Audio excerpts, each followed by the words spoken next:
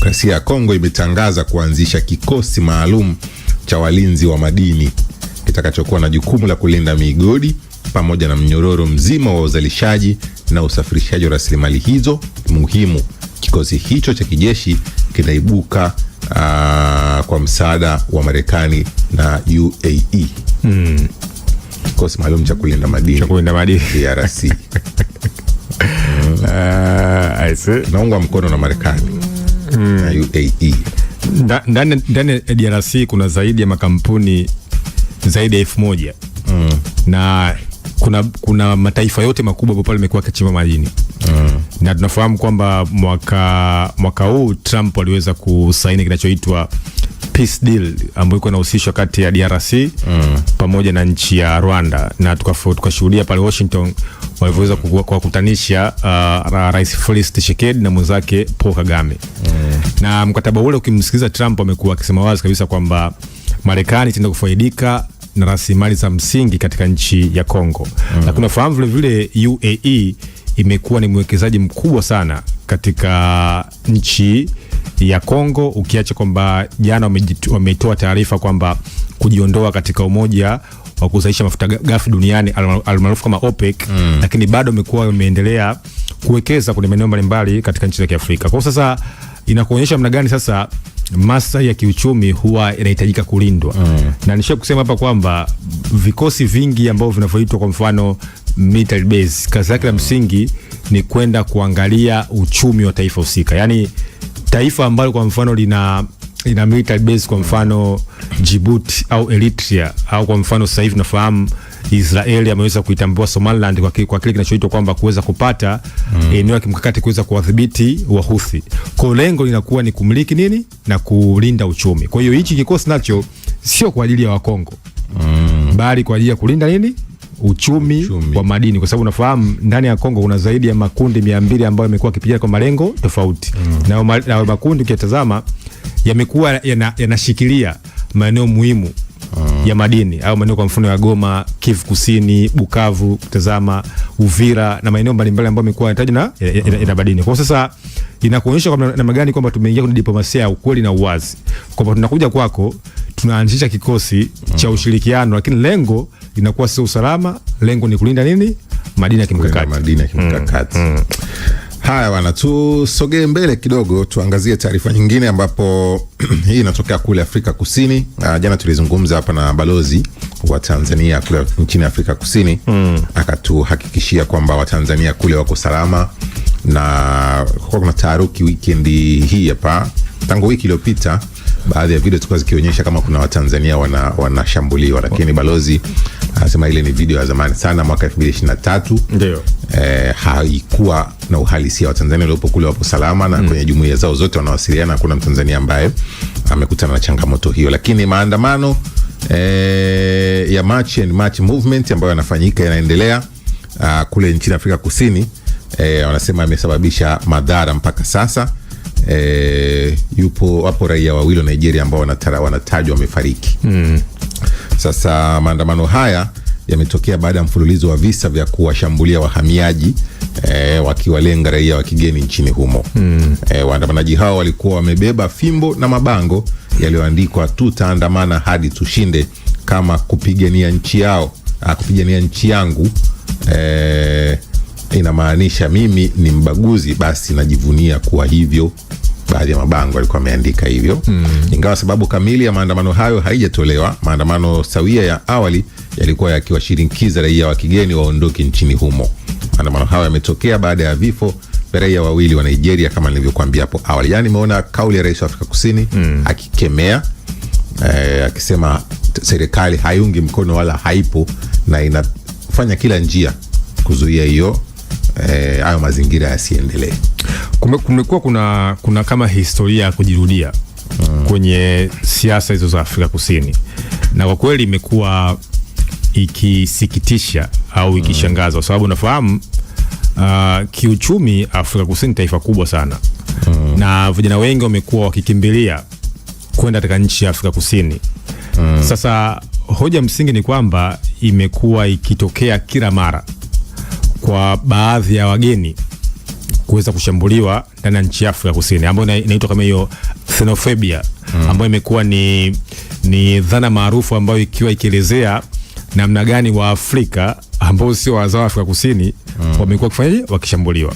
Kwa mfano unajiuliza kwamba ukisikiza sasa wenyewe Afrika Kusini unasema kwamba sasa huyu kwa mfano ametoka Mgana, ni Mgana kwa mfano, amekuja hapa Afrika Kusini kinachoitwa kwenda kutafuta ajira.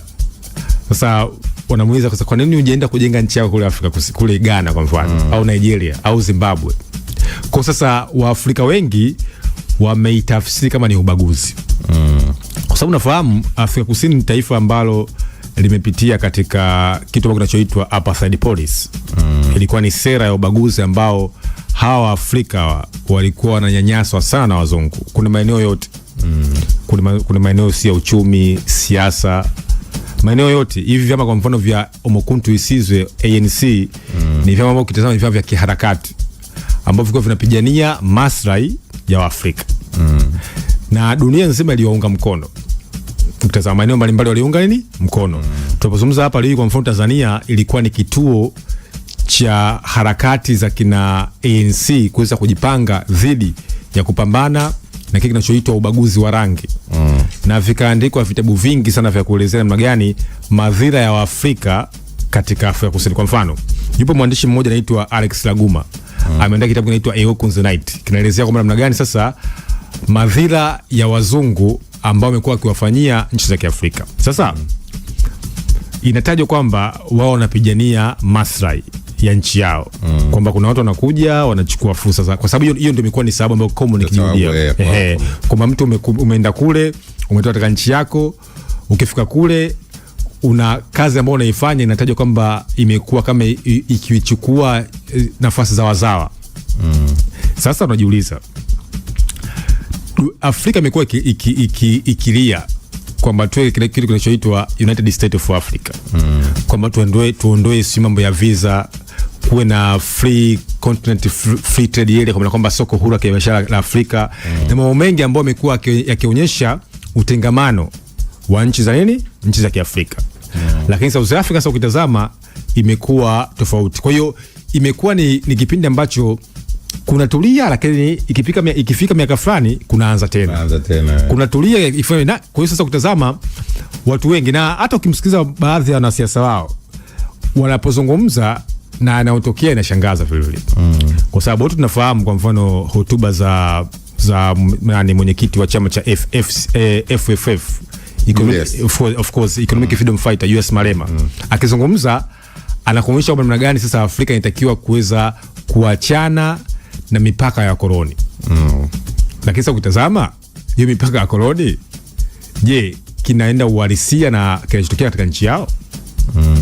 Jibu ni hapana. Kwa hiyo viongozi wengi wamekuwa wakikashifu na wakipinga, wakirejelea historia yao ambao wao walikuwa wanapitia na namna ambavyo Afrika iliweza kuwaunga mkono. Kwa mfano Mwalimu Nyerere alianzisha harakati za anti-apartheid policy movement. Harakati za dunia kuweza kuyaunga mkono wananchi wa Afrika Kusini, na hata kuanzisha movement na kuhususia serikali ya kikaburu kuanzia Rhodesia ya Kusini ambayo ilikuwa inaitwa Zimbabwe na hizo nchi za Namibia mpaka Afrika Kusini. Sasa sijajua wao kama wanafahamu hiyo historia au la, lakini kwa kweli hayo mambo ambao yamekuwa yakitokea yamekuwa yakishangaza watu wengi, kwa sababu wote ni Waafrika, wote tumekuwa tukipambana au tukijaribu kuondoa kinachoitwa mipaka ya wakoloni. Kwa hiyo wameendelea kuingia kwenye sintofahamu kubwa sana ndani ya nchi yao kimataifa. Haya bana, na wewe tuandikie maoni yako kupitia haya ambayo tunayazungumza. Andika kupitia 0683802966 au unaweza pia kutufuatilia, tupo live kabisa kupitia kwenye ukurasa wetu wa YouTube wa East Africa Radio.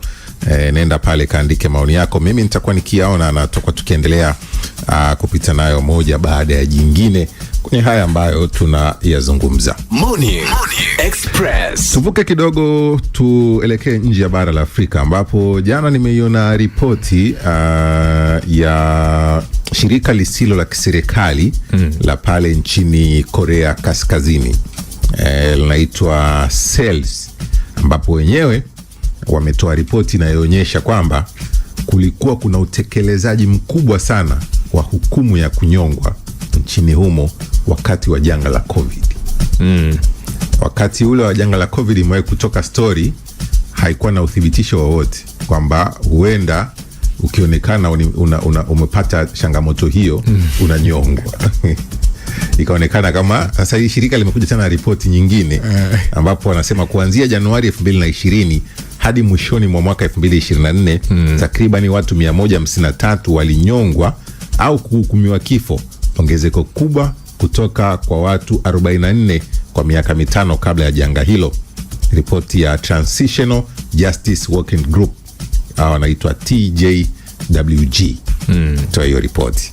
Baadhi ya makosa yaliyohusiana na dini, ushirikina na maudhui ya kitamaduni za kigeni ni pamoja na utumiaji wa tamthilia mbalimbali za kigeni ndio wanaotajwa kuhusisha watu kunyongwa na idadi hiyo kuongezeka. Idadi ya mauaji ilipungua kati ya 2015 hadi 2019 kufuatia shinikizo la kimataifa, kufuatia uchunguzi wa kihistoria wa Umoja wa Mataifa, lakini mauaji yaliongezeka 2020 ambapo ripoti hiyo ndio inaeleza hivyo. Hii imekuwa ni historia ambayo jana imeacha maswali mengi sana kwa wachambuzi wa kimataifa. Sababu ambazo zimetajwa, wanasema zilizofanya iongezeke ni masuala ya dini, ushirikina na maudhui ya kitamaduni za kigeni. Watu ambao wameonekana kama wanachukua matamaduni za kigeni wanatajwa kwamba wamehukumiwa kifo na wengine tayari walikuwa wameshanyongwa. Yes, taifa la Korea Kaskazini ni taifa ambalo limekuwa likifanya siasa za tofauti sana. Na limekuwa ni taifa korofi kutazama kwa sababu ya misimamo yake, siasa zake, historia yake, lakini zaidi sana hizo itikadi za kiongozi wao Kim Jong Un, ambaye amekuwa ni kiongozi mkorofi ambaye kwa kweli siasa zake zimekuwa siasa za kujifungia au za kujitenga dhidi ya dunia.